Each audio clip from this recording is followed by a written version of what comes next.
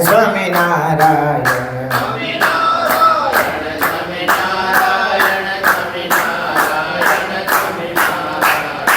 સ્વામિનારાયણ સ્વામિનારાયણ સ્વામિનારાયણ સ્વામિનારાયણ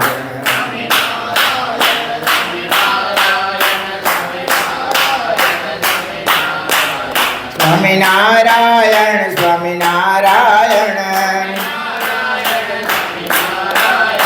સ્વામિનારાયણ સ્વામિનારાયણ સ્વામિનારાયણ સ્વામિનારાયણ સ્વામિનારાયણ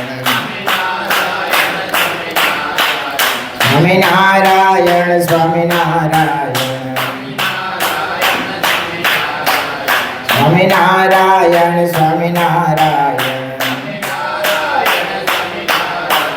સ્વામિનારાયણ સ્વામિનારાયણ સહજાનંદ સ્વામી મહારાજની જય.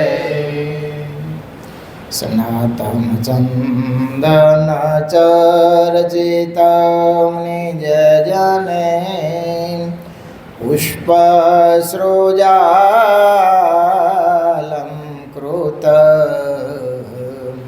પ્રાતઃ સૂર્યમયુખસેવિતમુખં શ્રીચંદ્રશાલોપરી કૃત્વા રોટકમેઘપાણિતલકે વંત્વાનસ્તેન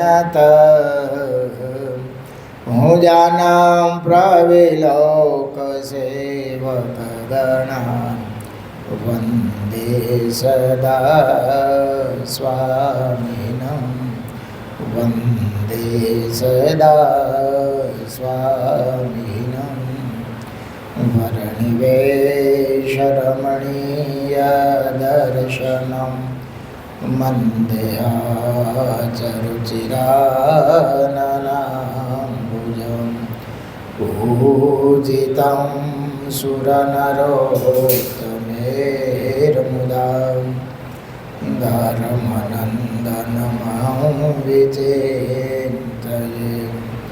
ॐ अवतारिणे श्री स्वामिनारायणाय नमो नमः. ॐ श्री हरिकृष्णाय नमो नमः. ॐ श्री पूर्णपुरुषोत्तमाय नमो नमः. ॐ सर्वेभ्यः सद्गुरुभ्यः नमो नमः. સહજાનંદ સ્વામી મહારાજની જય. હરે કૃષ્ણ મહારાજની જય. સ્વામિનારાયણ ભગવાનની જય. વિક્રમ સંવત 2082 જેઠ વદ સપ્તમી તારીખ 7/7/2026 મંગળવાર. આચાર્ય શ્રી બિહારીલાલજી મહારાજ રચિત શ્રી હરિલામૃત કળશ પહેલો વિશ્રામ પહેલો. નમો મુક્તાનંદ પ્રભુપદ તણા સેવક સદા મહાશાસ્ત્રાભ્યાસે વ્યર્થ ન ગુમાવે પળ કદા. કરે વાર્તા જ્યારે સુરચરિત ધારા સમવહે કુસંગે સતસંગે સકળ જન ચિતે અતિ ચહે. કુસંગે સતસંગે સકળ જન ચિતે અતિ ચહે. સહજાનંદ સ્વામી મહારાજની જય.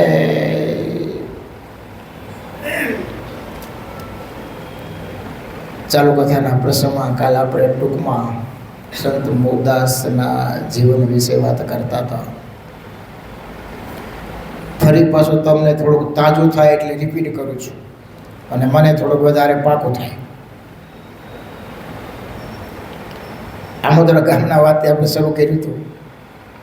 કરશન લોહાના દીકરા મૂળદાસ ભઠ્ઠી જોઈને ભાગ્યા. 2 વર્ષ સુધી પરિભ્રમણ કર્યું. જોલાપર ગામ આવ્યા, પીપળમાં પછી દેવાળાના આહીરને ત્યાં રોકાયા. એને ત્યાં દીકરો નહોતો, દીકરો આપ્યો. જશુબાઈને રોજ ભાવથી પ્રેમથી જમાડતા. દીકરો મૃત્યુ પામ્યો, એને પાછો સજીવન કર્યો. વળી પાછા ત્યાં ધૂળના લાડુ ચૂરમાના કર્યા. એ પાછું જોઈને પાછા ભાગ્યા અને ફરી પાછા સિદ્ધનાથના ધૂણે જૂનાગઢ આવ્યા. ત્યાં કોઈ જીવણદાસ લંગરી બાવાને બાપુની વાત કરી. ગોંડલ આશ્રમમાં આવ્યા. કાવડ લઈને રોટલા બટકા જે કાંઈ મળે એ સદાવ્રતમાં લાવે અને આશ્રમની સેવા કરે. સેવા કરતાં કરતાં ઘણા સમય વીતો. જીવણદાસ 3જા દિવસે જે દીક્ષા આપવાની તૈયારી હતી, 3જો દિવસ હતો અને એ જ દિવસે એના પિતા, એની માતા અને એના પત્ની એ આશ્રમમાં એને જોયા, આવીને પગે લાગ્યા અને બાપુને ખબર પડી. બાપુએ શ્રાપ દીધો કે તારી ઉપર એક સ્ત્રીનું કલંક લાગશે ને તું અડધૂત થાઈશ, તને લોકો તિરસ્કાર છે, તારી ખૂબ અપકીર્તિ થશે. બાપુની માફી માગી, કીધું કે પાછળથી બધું સારાવાના થશે. આવો પાછો આશીર્વાદ દીધો. અને બાપુએ કીધું મારી આજ્ઞા છે, મારી રજા છે, 2 ભેગું છે, તું તારા ઘરે જા. માતા પિતા સાથે અમરેલી આવ્યા. કાનજી ભગત ત્યાં નાનું એવું સદાવર ચલાવતા હતા, એની ઘરે રોકાણા. રાત્રે સાધુ આવ્યા, ભજન ગાયા. મૂળદાસનો વૈરાગ જોયો. કાનજી ભગતે એના બાપાને વાત કરી કે આ ગ્રસ્તમાં રે એમ છે નહીં. તો કે વેલુબાઈનું શું કરવું? વેલુબાઈ કે હું પતિની સેવા કરીશ, વૈરાગ ભાવે, હું એને કે આડખીલી બનીશ નહીં. અને ત્યાં જુદો ઓરડો કાનજી ભગતે આપ્યો. ત્યાં રહ્યા, નાનું મોટું સદાવર ચલાવે, ભજન કીર્તન કરે અને લોકો આવે એની સેવા કરે. અને ધીમે ધીમે આશ્રમ ધમધમવા લાગ્યો. 4 વર્ષ પછી વેલુબાઈ ધામમાં ગયા, એનો ભંડારો કર્યો. અને પછી શીતળદાસ એક શિષ્ય હતા એમના મૂળદાસના, એ લઈ અને દ્વારકાની યાત્રા ગયા. દ્વારકાધીશ પાસે પાછા કીર્તન ભજન કર્યા. ભગવાને પ્રત્યક્ષ દર્શન દીધું. ઘણાને પ્રતીતિ થઈ. એ લાખા જામ બાપુને ખબર પડી. જામનગરના દરબારના કચેરીમાં બોલાવ્યા. ત્યાં પણ સત્સંગ થયો અને એમ થયું કે ગુરુ કરવા જેવા છે. આખા રાજ પરિવારે ગુરુ દીક્ષા લીધી અને મૂળદાસ એને મંત્ર આપ્યો અને પછી તેની વાહ થવા લાગી. આખા અમરેલીમાં ધામધૂમથી મૂળદાસનું સ્વાગત થયું અને આશ્રમ પાછો ધમધમમાં લાગ્યો. એટલી ઘટના ઘટી હતી. એમાં પૂર્ણિમાનો સમય હતો. મૂળદાસ પાછું વિચારતા હતા કે મારી સાધુતા લજવાય, લોકો મને માનવા મીણ્યા છે, પૂજવા મીણ્યા છે. આ ભેગી કરેલી મારી ભજનની મૂડી એ આમાં ક્યાંક વેડફાઈ ન જાય. આ સાધુ હોય ને એને વિચાર આવે. સાધુ એટલે પાછો સાચો સાધુ, કેવો ખરો મુમુક્ષુ હોય એને આ વિચાર આવે કે રખે ને હું આ કાંઈ લોકેશનામાં ફસાઈ ન જાઉં. નહીતર અહંકાર છે ને બહુ બુરી ચીજ છે. ગુરુદેવ શાસ્ત્રી મહારાજ કહેતા, ટકોર કરતા કે ડગલે ને ડગલે મહારાજની આજ્ઞાનું વિચારવું કે આ પગલું મહારાજની આજ્ઞા વિરુદ્ધ તો ક્યાંય પડતું નથી ને, મારું સાધુતાને કંઈ લજાવતી નથી ને. એ જાગતા પુરુષ. અને સ્વામી તો એવું ક્યાં સુધી કહેતા, આપણને ગળે ઉતરે એવું નથી. સ્વામી એવું કહેતા કે મનનો ક્યારેય વિશ્વાસ કરવો નહીં. અને એ સ્વામીના જીવન પર્યંત એને પોતાના મનનો ક્યારે વિશ્વાસ નથી કર્યો. અત્યારે તો આપણને જ ફાંકો હોય કે મારું બધું હાલે છે ને મારું બધું થાય છે. એનો અર્થ એવો થયો ને કે મન મારું બધું કરે છે, એમ ધાર્યું બધું આપણું થાય છે. એ એનો બુદ્ધિનો ભ્રમ છે, પણ એ સમજાતો નથી. એ બહુ અઘરું છે. હવે આવડા મોટા શાસ્ત્રીજી મહારાજ, તમે કલ્પના કરો કેવા વિદ્વાન. ગીતાના 18 અધ્યાય 18 દિવસમાં કંઠે કરી નાખ્યા. રોજ 40 કીર્તનના પદ બોલીને સ્વામી સૂતા. રૂવાડે રૂવાડે મંત્ર જાપ કર્યા. 4 કરોડ મંત્ર જાપ કર્યા. આવું મોટું ગુરુકુળ કર્યું, પણ સંકલ્પ કર્યો કોઈ દી કોઈની પણ હાથ લાંબો કરવો નહીં. ભગવાનની ઈચ્છા હોય એ પ્રમાણે જીવન જીવવું.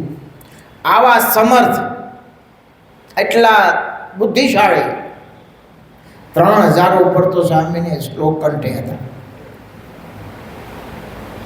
800 ઉપર કીર્તનના પદો પાકા કરેલા. કેવી પ્રતિભા છે!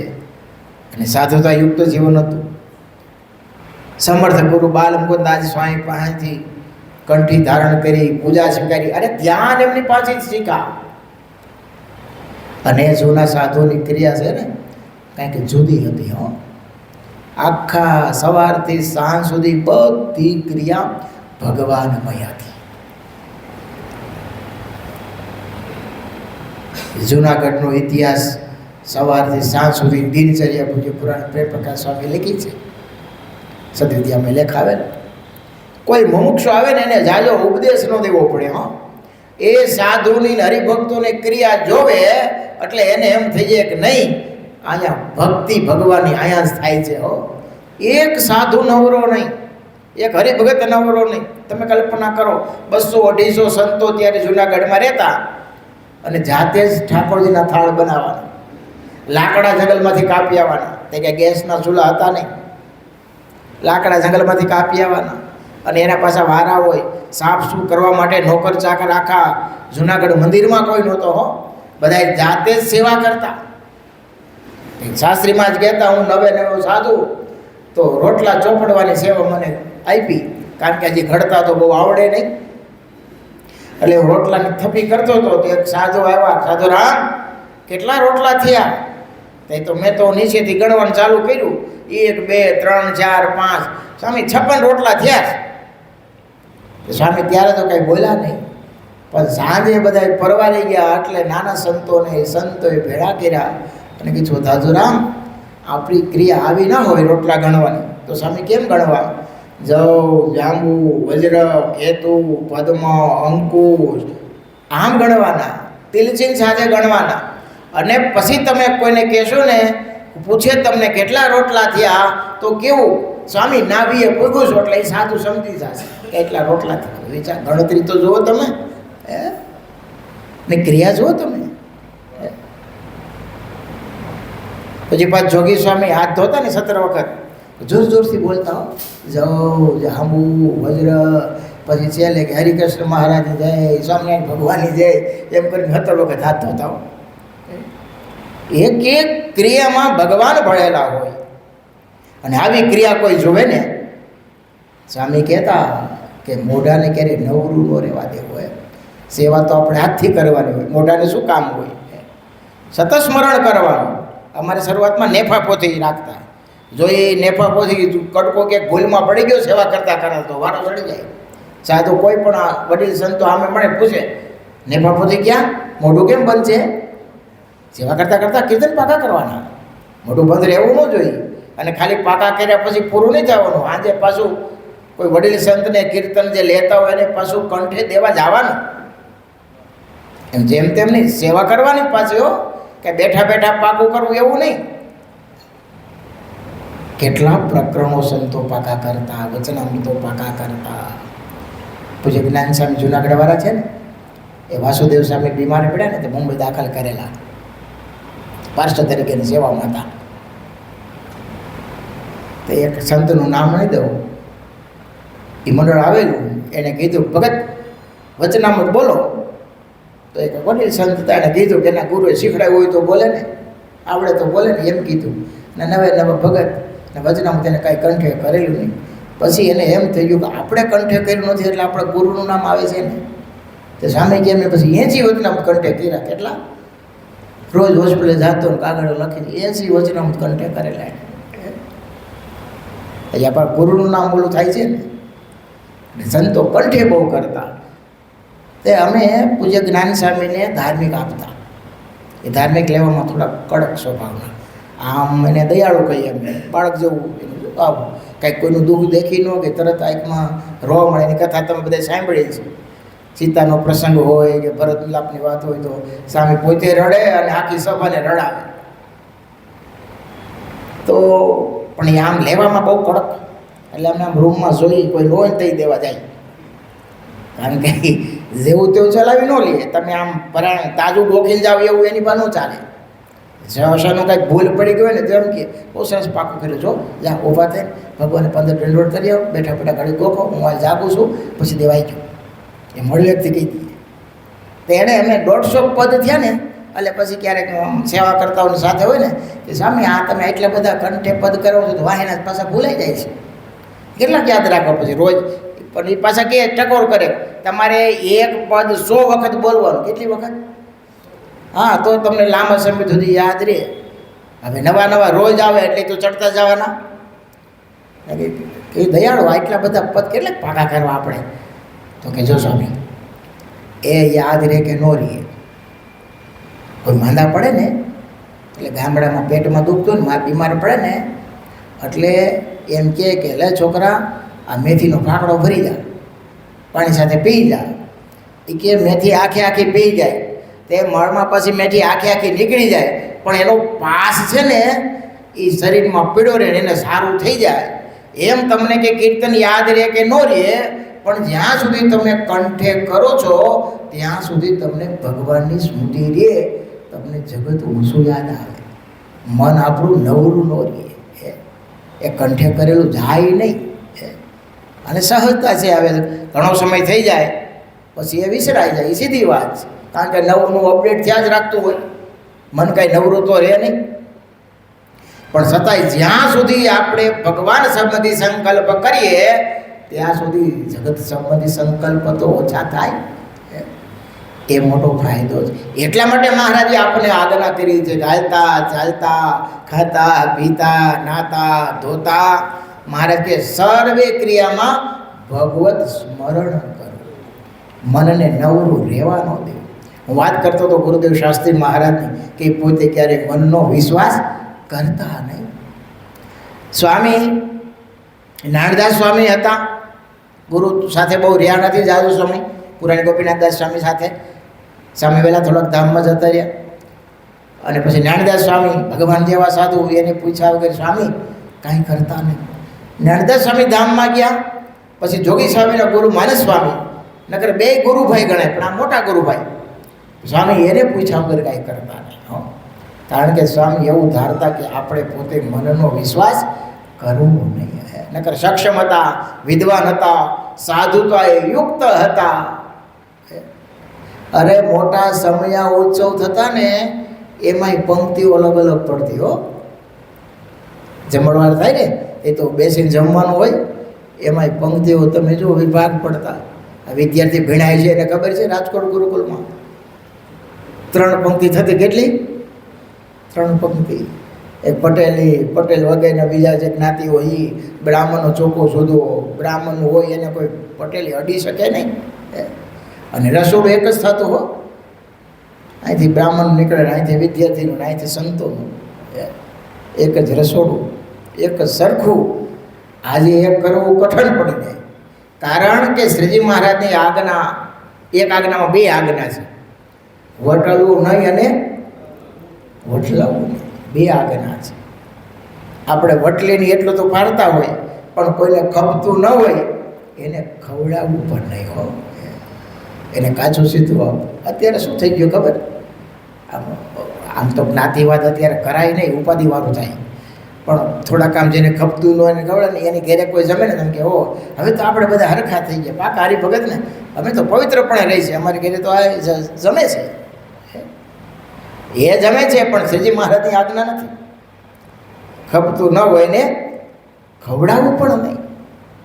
નામ નહીં દેવું. અમે એટલાન્ટા ગયા હતા અમેરિકા, એક આપણે વિદ્યાર્થી એની પધરામણી ગયા. એ તો ડીશ દાળ ભાત અને ભજીયા અને સમોસા ડીશ લઈને આવ્યા. લ્યો સામે થોડોક પ્રસાદ તાજો ગરબા ગરમ બનાવ્યું છે. એટલે અમારે તો એક જ વાત હોય કે ભાઈ અમે કોઈની ઘરે કાંઈ લેતા નથી. અરે કે સ્વામી હવે તો અત્યારે બધું તમે પવિત્રપણે શુદ્ધતાથી બનાવી છે, એમ બધું ચોખ્ખું, કાંઈ અટતા નથી. અને અમારે ઘેરે તો મોટા સંતો આવે એ જમે છે, એ પાછા નામ દીધું મોટા કથાકાર, આપણે કંઈ નામ લેવું નથી, કે એ જમે છે, એટલી મોટી કથા કરે છે, તો એને ધર્મની ખબર નહીં હોય? હશે બાપા, એના ધર્મની એને ખબર છે, અમારા ધર્મની એમને ખબર છે, પણ અમે ક્યાંય લેતા નથી. અને જો તમે લ્યો તો એ અહો થઈ જાય કે એવો આપણે તો સંતો જમે છે, એવા અમે ધર્મ નિયમ પાળે છે. એને પાછો હરખ હોય, શોખ હોય. આ બધું અટપટું છે. કેવું અટપટું છે. જલ્દી ગળે ઘૂંટડો ઉતરે એવું નથી. કાંઈ એમ થાય કે એમાં શું થઈ ગયું, એમાં શું થઈ ગયું. બુવા ભગત હતા જુનાગઢમાં, મેલા ઉપાડવાનું કામ કરે અને તમે જુઓ આવીને ઢોલ વગાડે ને, ક્યાંય ઢોલ વગાડવા જાય ને તો પેલો ઢોલ આવીને રાધારામ દેવને ચોકમાં ઉપર તો ચડે નહીં, સંભળાવે. પછી આખો દી કામ કરે, એનું જે કરવાનું હોય, ઘેરે જઈને કપડાં હોતા નાય, પછી ભોજન કરે. હવે તમે જુઓ એ હાવ નાના માણસ છતાંય નાગર બ્રાહ્મણને ત્યાં કામ કરવા ગયેલા અને કઢી ખીચડી વધેલા ને કીધું, લે ગોવા આ કઢી ખીચડી લઈ જા. તો કે તમારું મને ખપે નહીં, જોઈએ એમ નહીં હો, તમારું મને, અરે અમે ક્યાં ને તું ક્યાં. અરે ભલે ને તમે ગમે એવા હોય, પણ હું સ્વામિનારાયણનો આશ્રિત છું. તમે સ્વાદિયા બહુ હોય, તમે એમાં લસણનો વઘાર લીધો હોય, હિંગ નાખી હોય, લસણ હિંગ ડુંગળી અમે ખાતા નથી. આવા ધર્મ નિયમ પાળતા હોય એ સંતો એને મહારાજે વિચરણ કરી અને કેટલું જીવમાં રેડવું છે, ત્યારે આ થાય ને. એટલે તો સ્વામિનારાયણ સંપ્રદાય એ ઉજળો સંપ્રદાય ગણાતો. અરે તમે કલ્પના નહીં કરી શકો, કાંઈ પણ નાના મોટા કેસ હોય ને, તિલક ચાંદલો કર્યો હોય, ગળામાં કંઠી હોય, તો સ્વામિનારાયણ હરિભગતને જામીનની જરૂર ન પડતી. બોલો, એવી કહેવત હતી કે સ્વામિનારાયણનો આશ્રિત કોઈ ખોટું ન બોલે. આવો વિશ્વાસ હતો બધાને, અને ખોટું ન બોલતા, ખોટું કરતા પણ નહીં. પણ સમય બધો ધીમે ધીમે બદલતો જાય છે. આજે વિશ્વાસ કરવો અઘરો છે, બહુ અઘરો છે. હું લાડવા સાહેબને ઘણી વાર વાત કરું છું તો સાંભળી એ છે કે કલેક્ટર હતા, બહુ સંપ્રદાયની સેવા કરી છે એને, પણ એ સત્સંગનો એવો પક્ષ રાખતા કે તિલક ચાંદલાવાળો હોય એટલે એનું કામ પહેલાં કરી દેતા, એવો પક્ષ રાખતા. કામ તો બધાને કરતા જ, પણ તિલક ચાંદલાવાળો હોય એટલે એનું કામ પહેલું. પછી બધાને ખબર પડી કે સ્વામિનારાયણના તિલક ચાંદલાવાળા કંઠી પહેર્યું ને એના સાહેબ કામ જલ્દી કરી દે. કે ઘણા તો સ્વામિનારાયણ ન હોય ને તો એ કંઠી આમ બહાર રાખી જાય. કેવી તિલક, પણ એના બે રીત રેવાથી તો બીજી કંઈ ખબર હોય નહીં, બોલવા ચાલવાની સત્સંગની રીત, આખી રીત ભાઈ તો અલગ હોય. કે લાડવા સાહેબ તો જૂના સાધુ ને બધાને સેવેલા, અને કલેક્ટર બુદ્ધિશાળી તો ખરા જ કે નહીં. એટલે પહેલાં ખોટે આમ કંઠી બહાર રાખીને આવે અને તિલક ચાંદલો કરે. એ ત્રાહોથી હોય સીધો, એને ખબર ન સીધો કરવાનો હોય, એ આવે સીધો આખી. એટલે સાહેબ એને સિક્કો મારી દે, કામે કરી દે, કામ કરી દે, સિક્કો મારી દે. પછી એની સાથે દરવાજા સુધી જાય ઓફિસના, પોતે ઊભા થાય હો, અને દરવાજા જઈને ખંભે હાથ રાખીને કે તો ખોટો સત્સંગી થયો તોય કામ થઈ ગયું, તો હાચી કંઠી પહેરી તો ભગવાન તારું કેવું કામ કરે. એ મેં ઘણાને સત્સંગી કર્યા હો, ઘણાને સત્સંગી કર્યા, ઘણાની ભાવના છે ને. અમે લુવાડી મોલી બાજુ એક નાનું ગામડું, નામ તો ભૂલી ગયું, એ બાજુ વિચરણ કરતા હતા. તે સાંજે અમે ત્યાં ગયા આરતી તમે, તે એક ભગત આરતી કરી અને 8-10 છોકરા હતા, બીજું કોઈ મોટા વડીલ નહોતું, 8-10 છોકરા આરતી કરી, બધાને આરતી આપતા હતા ને પ્રસાદીને પાણી આપતા હતા ને સાકર આપે. અને પછી એને થોડી વાર ધૂન કરાવી, અને ધૂન કર્યા પછી છોકરાને બધા 10-10 પૈસા આપે. કેટલા? બધાને 10-10 પૈસા કાયમ આપે. કેમ ભગતા? એ કે સામે આ 10-10 પૈસા આપું છું ને આ છોકરા કોઈ સત્સંગી નથી, આ થોડોક પ્રસાદ ખાય અને એને 10 પૈસા મળે ને એટલે બધા ધૂન કરવા આવે, અડધી કલાક ધૂન કરે.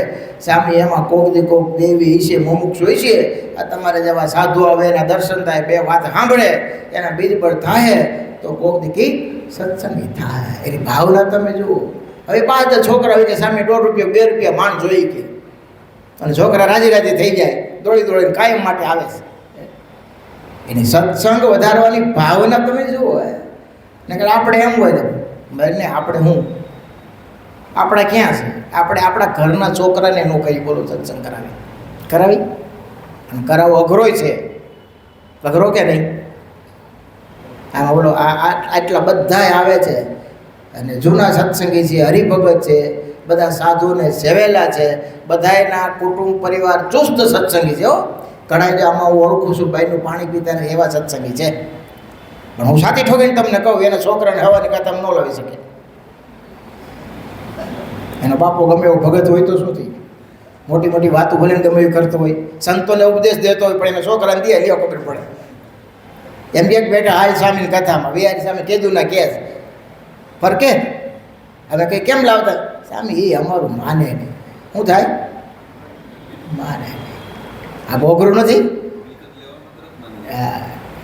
તરત એમાં તો આમ તમારે વાત પૂછો, મનાવવું હોય તો ઘણું માને, પણ એ એમ કે એનું કરે સામે આપણે આપણું કરે. અને વાત એ સાચી, મનાવવું એ અઘરું છે.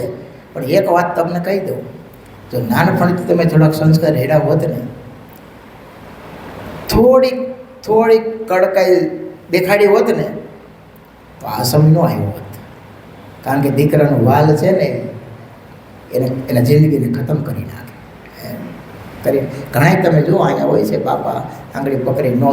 અરે કચ્છમાં અત્યારે તો કેવો રિવાજ એવો ખબર નહીં, પણ વર્ષો પહેલાં અમે ગયા હતા તો આરતી કરીને બહાર જાય ને એટલે આખો છોકરાની લાઈનો હોય ને બધાને હાજરી પૂરે હો. કેમ તો કે સ્વામી અમારા ગામમાં એવો રિવાજ છે કે છોકરો હાલવા શીખી જાય એટલે મંદિરે આવે ને હાજરી પૂરી ન આવે કે આવું એની માં એને જમવાનું ન આપે, ખાવાનું ન આપે. એ રીત. અને આજે તમે જુઓ સત્સંગ કેવો છે, એ ગરથુથીમાં નાખેલા સંસ્કાર ક્યારેય જતા નથી. પણ હું એમાં એકનો એક દીકરો હોય ને એટલે અપાર હેત હોય. કેવું? અપાર અણધાર્યો હેત. પછી એનું જે થવું હોય થાય, પણ એને કંઈ ઊની આંચ આવી જોઈએ નહીં. આમાં ઘણા બિઝનેસવાળા છે, ઘણાના બાપા એના દીકરાને વેપાર એને પોતાનો બિઝનેસ શીખડાયો હોય છે, સારી રીતે એના કરતાં સારો સંભાળતા છે, એને બધું સોંપ્યું છે ત્યારે એને શીખડાવ્યું હોય છે, એને ભેગા રાખ્યા છે, એને ટ્રેન કર્યા છે કે નહીં? એવા ટ્રેન પાસે બેન કોઈ એવું કીધું બાપા કે આ બધું ભલે થાય પણ જોજો ભગવાન બોલતો નહીં, આ બધું ખોટું છે, આ કાંઈ હારે આવવાનું છે નહીં, આ લોક પૂરતું છે, તો આ ન ભૂલી જતો.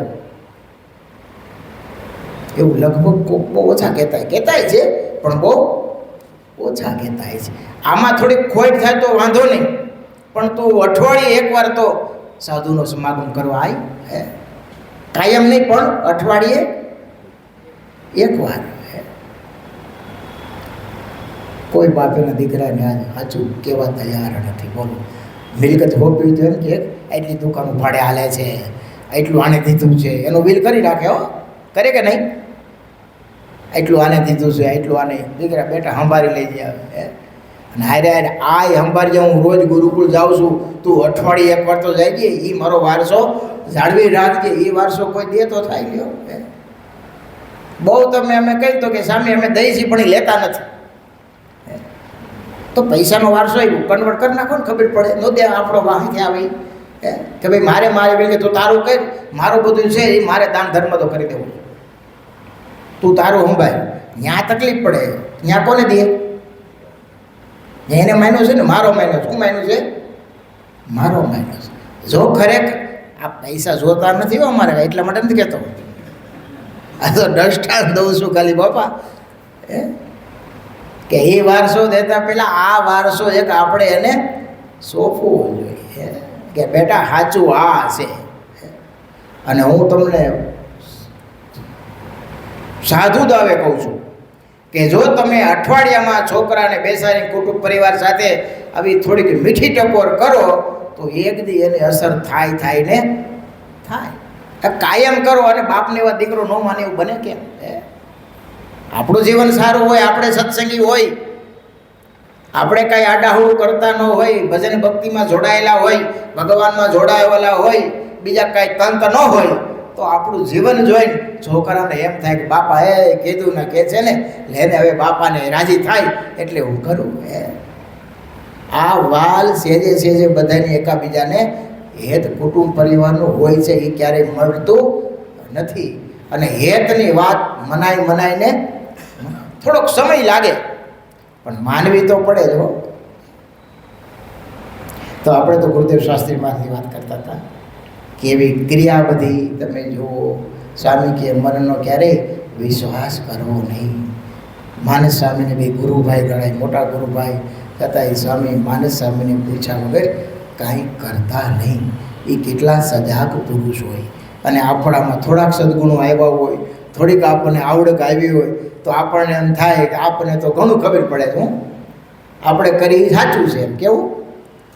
પણ એ બધુંય કાંઈ આપણું સાચું હોતું નથી. ઘણીવાર ખુલ્લી આંખે દેખાતું હોય છતાંય ખોટું હોય. ભલે દેખાય છતાંય ખોટું હોઈ શકે, એવું બને. એટલે સ્વામી કહેતા કે ક્યારેય મનનો વિશ્વાસ ન કરો. મન બહુ વિચિત્ર છે, કારણ કે માયાનું બનેલું છે. એ આપણને માયા તરફ જ ઢસડી જાય, ક્યારે પછાડી દે એ ખબર પડે નહીં. હો તમે વિચાર તો કરો, પૂર્વનો ઇતિહાસ થોડાક તપાસો ને તો મોટા મોટા એ આ ભૂલો કરી છે. તમે એક કલ્પના ખાલી કરો. મહારાજ કે ભરતજીનું આખ્યાન બહુ ચમત્કારી છે. મારે જેવું લખ્યું છે, ભરતજીને વચનામૃત મહારાજે વારંવાર યાદ કરે છે. તમે વિશ્વાસ તો કરો, તે ચક્રવર્તી સમ્રાટ હતો. કેવો? આખી પૃથ્વીનું રાજ એનું હતો, એક ખૂણાનું નહીં. અને જેના બાપા સ્વયં ભગવાન હતા, જેના પિતા સ્વયં ભગવાન છે, આખું રાજપાટનો ત્યાગ કરી અને એવી જગ્યાએ ગયા કે જ્યાં માણસની અવર જવર ઓછી હોય અથવા તો હોય જ નહીં. હવે એ વખતે પુલાશ્રમ હેઠ જવું અને કેવી સાધના, ભગવાન મેળવવા માટે જ ગયા હતા ને. પણ તમે જુઓ, એને રોકનારો કે ટોકનારો કોઈ હતો નહીં. તો પરિણામ કેવું આવ્યું? હે, ત્રણ જન્મ લેવા પડ્યા. બોલો, કેવી સાધના કર. આવું કોણ કરી શકે કહો? આખું રાજપાટનો ત્યાગ કરીને ક્યાં પાછું જવાનું? ઠેર પુલાશ્રમ, હિમાલય ક્યાં આવ્યું? તમે જુઓ તો ખરા. આજે જવું હોય તો થોડુંક કઠણ પડે છે. આવો ચોમાસાનો સમય હોય તો ઘણીવાર આપણે અટકી જવું પડે, રસ્તા બંધ થઈ જાય, અઠવાડિયે 15 દિવસ ખુલે કે ન ખુલે. અને એ વખતે ક્યાંય રસ્તા નહીં, કોઈ વ્યવસ્થા નહીં, અને બરફીલો પહાડ, એમાં રહીને તપશ્ચર્યા કરી અને આખું આયુષ્યમાં પૂર્ણ કર્યું લો. છતાંય તમે જુઓ, મોટા સંતો કહેતા સત્સંગ નહીં, કોઈ કહેનારું નહીં. એટલે તમે જુઓ, એ સાધના એને કરી, સાધના નિષ્ફળ ન ગઈ. 3 જન્મે કરેલું એને કાયમ લાગ્યું. પણ લેવા તો કેટલા જન્મ પડ્યા? 3 જન્મ લેવા પડ્યા. આપણે તો ભાગ્યશાળી છીએ કે આપણને કોઈ ટકોર કરનારા છે, કોઈ કહેનારા છે, સાચી સમજણ આપનારા છે. આપણા નંદ સંતો, આપણા મહારાજ એવા સતશાસ્ત્રોની રચના કરી છે કે સેજે સેજે આપણે એમાંથી કેમ જીવન જીવવું એની પ્રેરણા કાયમ માટે મળતી રહે છે. આમણે કોઈક જગાડનારા છે, પણ જો આપણે જાગવું હોય તો થાય. રસોઈ કરીને પીરસનારા છે, પણ આપણને ભૂખ લાગે તો ખાવાનું મન થાય. તમે જુઓ કેવા શાસ્ત્રો આપણા માટે જ છે ને. વાંચવાનો ટાઈમ નથી, વિચારવાનો ટાઈમ નથી. એ કાંઈ જાજુ ન આવડે ને તો સ્વામિનારાયણ સ્વામિનારાયણ મહારાજ સ્વામિનારાયણ એટલું તો કરતા આવડે કે ન આવડે? એ ટેવ પાડી તો થાય. મેં 1 વર્ષ પહેલાં વિદ્યાર્થીને નિયમ આપ્યો હતો. એ તો કોમળ બાળક કહેવાય, હૃદયનું કોમળ, નિર્દોષ નિખાલસ. છોકરાઓ ઘરે જાઓ છો ને તો તમારે રોજ 11 નામ સાંજે લેવા અને 11 સવારે ઉઠીને લેવા. આ ભગવાનને તમારે ભૂલવા નહીં. તો કે હા સ્વામી લેશું. હવે તો બાળક છે. તે આવ્યા વેકેશનમાં પછી મેં પૂછ્યું, છોકરાઓ રોજ સાચું બોલજો હો, કેટલા જણા લેતા હતા? તો અડધી આંગળી ઊંચી ન થઈ. હો, શું કરવા? કે ભૂલાઈ જાય. જ્યાં સુધી સમૂહમાં રહેતા હોય, ટકોર થતી હોય, ત્યાં સુધી તાજું રહે અને વળી પાછું ભૂલાઈ જાય. અહીં તમે જુઓ કેવા બધા સમૂહમાં કીર્તન બોલતા હોય, સ્તુતિ પ્રાર્થના કરતા હોય, પૂજા પાઠ કરતા હોય. ઘેરે જાય એટલે એના બાપા જ એમ કહે કે હવે ન્યાજ કરવું છે ને બધું. હવે અહીં ભલે ને હમણાં ઉતો રહે, આરામ કે વાલ ખરું કે નહીં? ભલે ને હું તો બેસાડો. હવે ત્યાં તો રોજ 5 વાગે ઉઠવું છે. માણ અહીંયા નિરેત લે અને કેમ જાણે અહીંયા આપણે એને કામ કરાવ્યું હોય કે હળે જોડ્યો હોય અહીંયા. ખરા મા બાપ તો એને કહેવાય કે છોકરાને આળસ હોય તો એને કંઈક બેટા તારે ઉઠવાનો ટાઈમ થઈ ગયો, પૂજા કરવાનું મોડું થાય, લે ઉઠીને પૂજા કરી લે, પછી નિરેતે હું હોય તો સૂજે. એમ ન કહીએ. બોલો હું તો પાછો હવે એ વાર છે કે તમને તારે અહીંયા ઉઠવું જ છે ને, પછી લ્યો કરો. અને હિતે શું કહેવાય કે દુશ્મન કહેવાય? હે, એક રીતે દુશ્મન કહેવાય ને એક બાજુ એને એમ લાગે કે છોકરો બિચારો થોડો સુખી થાય. પણ આ વાલ છે ને, હેત છે ને, એ હાચું ઉજવા દેતું નથી. આપણે ઓલા અંટાળા આવ્યા હતા ને, શું નામ એનું? હિતેશ અંટાળા. એને છોકરાને દાખલ કર્યો ને, એને પહેલેથી કીધી સામે આને છે ને એકથી ભૂખાઈ ક્યારેક ક્યાંક રાખજો એ છોકરાને, કે ખબર પડે કે એમ ભૂખ શું કહેવાય. અને એને મન ભાઈ તો ખાવાનું ન દીધા, કે નકર રસોઈ ન દેતા રાખતા, નકરી પાછા હાડુડા થઈ જાય. એ તો જરાક આખા બોલાર્યા અને સાદા વધારે માનવા એને છોકરાને દાખલ કર્યો. પણ એવું એ છે ખરા કે થોડુંક કષ્ટ પીડા વિના, થોડુંક દુઃખ પીડા વિના સાચી સમજણ ન આવે, ભાન ન આવે. અને હકીકત તો બાપ એ છે કે દુઃખ આવ્યા વગર સુખની ખબર પડતી જ નથી. સુખ શું કહેવાય? આ તો લૌકિક રીતે હો. એમ જ્યાં સુધી આપણે આંતરિક સાધના ન કરીએ, મન ઇન્દ્રિય અંતઃકરણને એની વૃત્તિને જ્યાં સુધી ભગવાનમાં ન જોડીએ, ત્યાં સુધી ભગવાનનું સુખ શું છે એની કલ્પના જ કરવી રહી. ખાલી આપણે સાંભળે રાખી. એ ઓલા કાગળના ચિત્ર જેવું છે. આ દિવાલે તમે સૂર્યનું ગમે એવું ચિત્ર દોરીને આમ રૂપાળો લાગો તો આમ જોતો લાગે હા સાક્ષાત સૂર્યનારાયણ પધારે છે. પણ બાપ એમાંથી કંઈ પ્રકાશ ન નીકળે, એમાંથી કંઈ અંજવાળું ન થાય. એ તો સાક્ષાત સૂર્યનારાયણ દર્શન દે ત્યારે અંધારું જાય. એમ આપણે થોડાક હૃદયમાં મહારાજની મૂર્તિને ધારવાનો અભ્યાસ કરીએ, માનસિક ભજન કરતા શીખીએ, હાલતા ચાલતા મૂર્તિ વિસરાય નહીં, બધી ક્રિયામાં કરીએ. આ બધું એવું છે થોડીક વાર કરીને પછી ન કરીએ તો એ એમ રહેતો નથી હો. મારે જે વચનામાં દ્રષ્ટાંત દીધું કે પાણીનો ધરો કોઈ આખો ઘડો એકદી ઢોળી આવે તો એમ કાંઈ ધરો ભરાય નહીં, પણ ટીપે ટીપે આંગળી જેવી છેડ જતી હોય તો મારા કે ધરો લીલો રહીએ. એમ બધી ક્રિયામાં તમે ભગવાનને યાદ કરો, પછી ધ્યાન કરવા બેસો ને તો એ મહારાજની મૂર્તિનું સુખ આવે. આ તો અત્યારે જો આગળ બેન ઘડી કથા વાર્તા સાંભળી, સ્વામી બહુ મજાની વાતો કરી હો, અહીંથી જાઓ એટલે ખખેરી દે સ્વામિનારાયણ. કાલ પાછી સાંભળવી છે ને, કાલ પાછું આપવાનું છે ને. તે આખી જિંદગી આપણે આમ આવ્યા કેટલા વર્ષ કાઢી નાખ્યા? 60-70 વર્ષ ગોથોલિયા ખાઈ ગયા. રૂટિન થઈ ગયું કેવું? તો એ સારી વાત છે. તમને સાંભળવાનું મન થાય છે, કથામાં બેસવાનું મન થાય છે. આ જન્મે સંસ્કાર પડે છે, આવતા જન્મે કામ લાગશે. કેમ લાગે છે? એવું નથી કરવું. આપણે કરવું છે. બીજો જન્મ થોડો લેવો છે. આના જન્મે જવું છે. પોપો બેનારા છે કે ઘૂસી જવું એમ એના માટે ઘણું ત્યાગવું પડશે બાપ. ઇન્દ્રિય અંતઃકરણને પાછા વાળીને ભગવાનની મૂર્તિમાં જોડાવવું પડશે, થોડોક ફેરફાર કરવો પડશે. નાના મોટા જે કંઈ સ્વભાવ છે ને એને છોડવાનો પુરુષાર્થ કરવો પડશે.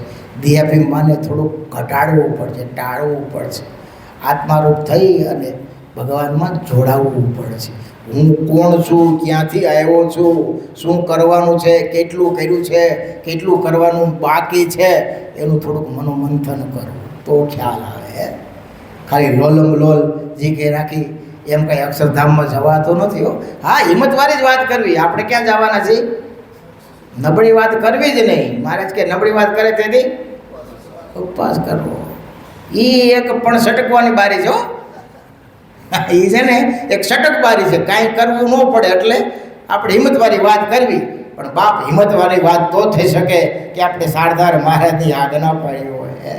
જ્યારથી સમજણા થયા, જ્યારથી પૂજા ગ્રહણ કરી, ત્યારથી કોઈની પૂજા મૂકી ન હોય, એકાગ્રતાથી પૂજા કરી હોય, મહારાજની શિક્ષાપત્રી પ્રમાણે જીવન જીવતો હોય, નાનામાં નાની આજ્ઞા મહારાજની લોપી ન હોય, એવો ભગત હોય ને એ આમ સાથી ઠોકીને એમ કે મહારાજ જ્યારથી હું સમજનો થયો ત્યારથી મારા કબજમાં આવે એ મેં આજ્ઞા લોપી નથી, અજાણતા લોપી હોય તો મને માફ કરજો.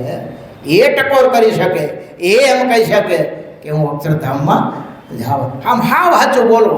તમને આમ સોગંદ દઈને પૂછું, તમને હું કહું કે ખરેખર તમને વિશ્વાસ છે કે તમે અક્ષરધામમાં જાઓ, તો એમ થાય કે જાઉં તો જાઉં, કેમ હજી થોડું કરીશું તો વયા જાઓ. એવું નથી. મારે તો ત્યાં સુધી કીધું કે હવે આપણે કરીએ બીજા માટે કરીએ. કોના માટે? આપણે તો મહારાજ મળ્યા, પણ આપણા દર્શન થાય એનું કલ્યાણ થાય. એવું ક્યારે આવે? એવું આપણે જીવન જીવતા હોય તો થાય. મહારાજની આજ્ઞા પ્રમાણે જીવન જીવતા હોય તો થાય. હાલતા ચાલતા ખાતા ભગવાનનું સ્મરણ કરતા હોય તો આ બધું થાય. સંત મૂળદાસ અહીંયા કૂવા કાંઠે ટેલે છે. પૂર્ણિમાનો સમય છે અને એક સાધ્વી બાઈ પાણા ભેળા કરીને ખોળામાં ભરીને કૂવામાં પડવાની તૈયારી કરે છે. મૂળદાસ એનો હાથ પકડી લે છે. બેટા, હું તને મરવા નહીં દઉં. અને આખો ધીમે ધીમે થોડોક સંવાદ થાય છે. અને પછી લોકો જે મૂળદાસની તમે જુઓ જે તિરસ્કારે છે, એની સાધુતા કેવી ટકાવી રાખે છે, એની સજનતા કેવી છે, એની ઉદારતા કેવી છે, એની સહનશક્તિ કેવી છે, એની આત્મનિષ્ઠા કેવી છે, એમાં એના આપણને દર્શન થાય છે. પણ આપણે આવતીકાલે કહીશું. સહજાનંદ સ્વામી મહારાજની જય. સ્વામિનારાયણ સ્વામિનારાયણ સ્વામિનારાયણ સ્વામિનારાયણ.